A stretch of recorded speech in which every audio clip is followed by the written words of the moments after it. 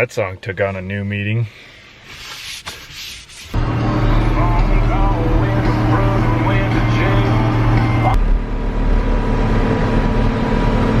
I can tell you I've never been in that gear before. This Maverick going supersonic, be there in 30 seconds. So what we're doing here is we usually fill our pivot tracks, if you haven't seen in our past videos, and why we do it is just basically to kind of make it easier when we're doing our strip till and stuff. It's smoother. Also filling in any big ditches that, you know, might cause the pivot to get stuck later. So that's kind of what we do.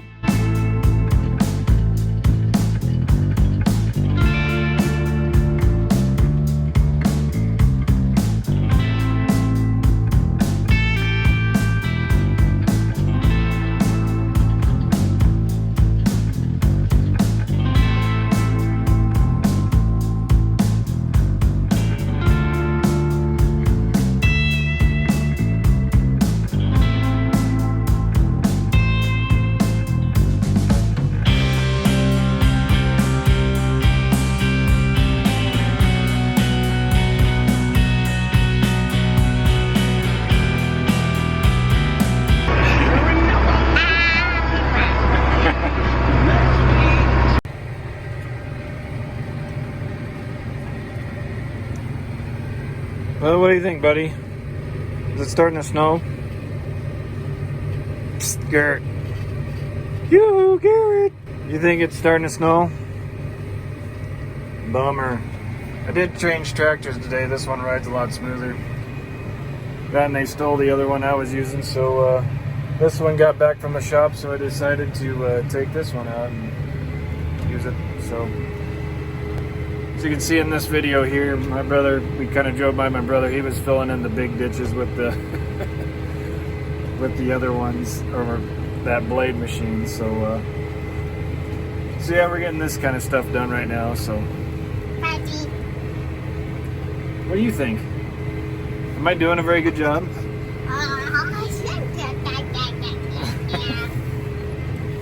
Over now.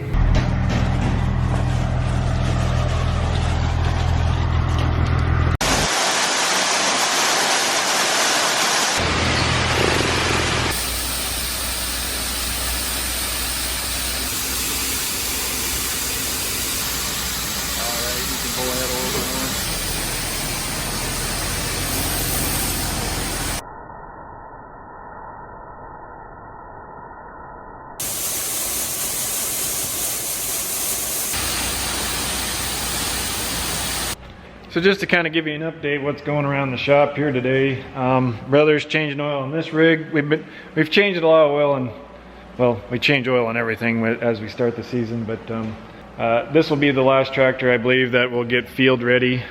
This one's the 83 10R power shift. That's kind of how we identify them. We have two 83 10Rs, one's IVT, one's power shift.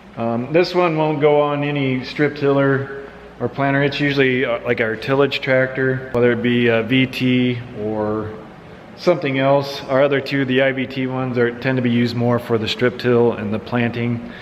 Mainly because the IVT, where we have the higher speed applications, it just works better than the power shift, because this worked well up to like 5 miles an hour and 6. It's just when you kind of get to that higher speed, like 7 to 9 miles an hour, that IVT, the infinitely variable transmission, you don't have those shifts in between like a power shift. So that's kind of why we like using them for those high speed applications. This is our pivot track closer. I ended up putting it on this tractor because it's a lot smoother. Plus, they took my 4050, or not mine, it's actually my brother's 4055, and they put it on a Bale processor or something. Brother's charging his 4-wheeler battery.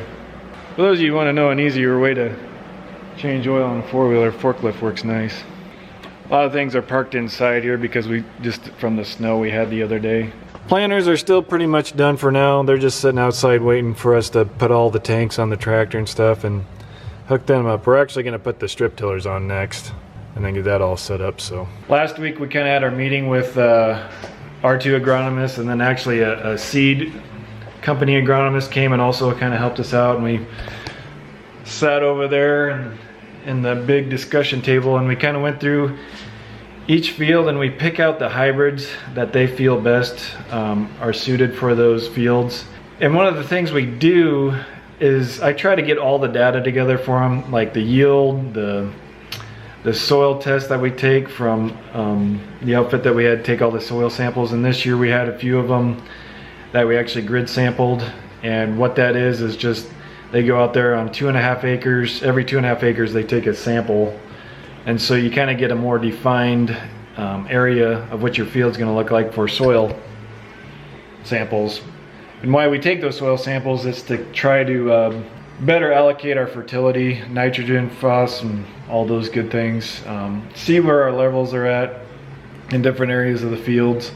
We're having some problems on some fields, just not performing well as we got up the hills, which is normal, but it was, some of the fields were more extreme than we like to see, and so that's kind of why we pulled some of those grid samples on them. What I'm doing now is, I've kind of showed this last year how I do it, so if you really want to see how I do it, it's in a video last year, kind of around this time. What a prescription is we go through and say, take this field right here. Well, there's different areas of this field, and how I kind of pick these out is I'll use a yield map and stuff like this, and it brings it on over. And I can come down here and I can kind of tell it how I want it to look. Like things that yielded well, I want it to be darker green because I'm going to put a different rate of seed there. The lighter colors like yellow are going to be areas with less population because they're either dry land or they just didn't perform as well, and so we don't want to allocate as much seed for those areas. And so we can kind of pick and choose in the field better to serve that field's need, because in the better ground we can handle more seed, where you know, in the lighter soils it's just not gonna handle it as much. The only thing is I don't like to short seed too much in a way, is in our hills sometimes you can get washing or something, so if you short it too much, you know, you're leaving yourself less of a buffer out there. So say if it washes, you know, 1,000 to 2,000 plants per acre out, you know, that's kind of the buffer you want to have. Say if I went bare minimum, that starts cutting into yield potentially. So that's always something we got to look at when we're building these prescriptions and things like that. And so that's kind of, yeah, what we've been doing lately around here on the farm, just getting stuff ready to go, just still planning and getting things ready to roll. Uh-oh, it's Daryl. It's okay if I film you? Dad said he parked it in his baby Morton. You want to get on camera? Yeah. We don't need a picture. But you're so photogenic, Daryl. I can't help but not put you on the video. You know why that electric pump? Electric pump on what? I guess I don't know. It just doesn't work at all. I think they need to hook it backwards for now, because it's something about the polarity. This is something we just put the pump on. I can get it. I can get the money. Like, this may sound weird, but we'll hook it up backwards and try that. That works. That's fine. Oh, geez, Daryl, how skinny do you think I am? Just because you're skinnier than I am.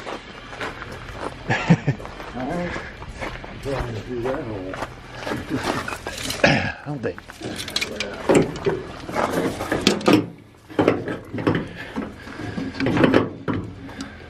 Okay, this may sound weird, but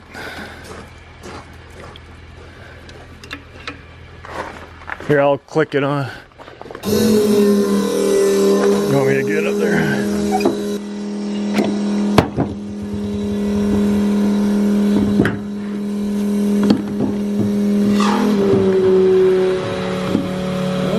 Yep.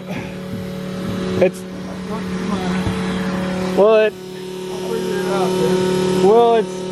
when they hooked it up, like John Deere sometimes, it's reverse polarity or something. I couldn't tell you. Dad was talking about it, so okay. I don't know.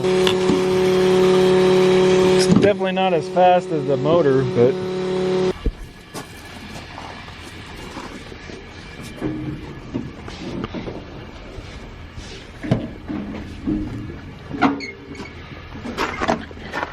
Oh, Daryl, where'd you find the mud? Where do you think I'd find the mud? Why'd you choose the cab this month? Why didn't you go in February? Because February last year was colder than summer. That's right. It's hard to find good help except for guys like that. They don't build them like that anymore. So I never want to make light of what's going on in the world right now, especially the coronavirus. I know I kind of had it at the beginning of the video, but I just would like to have a balanced approach to it, not living in fear, but just living with caution. You know, take wise, proper steps and stuff, and just to not overreact, but also not just totally push it aside like nothing's going on either, because obviously it's something significant. Italy's having issues right now, and so my prayers are with those who are being affected right now. If you've got it, or if your country's really even worse than the US, you know, you're all in my prayers, and I just hope that this situation passes, hopefully soon, and that we all just kind of look for the positives that we can pull out of this, and to I guess my heart especially just hopes that we realize that God is Lord over all, and He's in control of everything, and that, you know, He's got our backs. Or not that it's always going to be the way we want it, but we just got to know that if we fear Him the most, we have really nothing else to fear. So just something I just wanted to mention out while you know, it's going on pretty hot and heavy right now. So thank you for that. So hey guys, I'm going to call it good for this video. So I really appreciate you watching, and just stay tuned for other videos coming out as we progress. You know, we got to keep kind of preparing, even though through all this craziness going around. Planting season will come whether we like it or not. So stay tuned, and we'll get through this. So thanks guys, catch you later.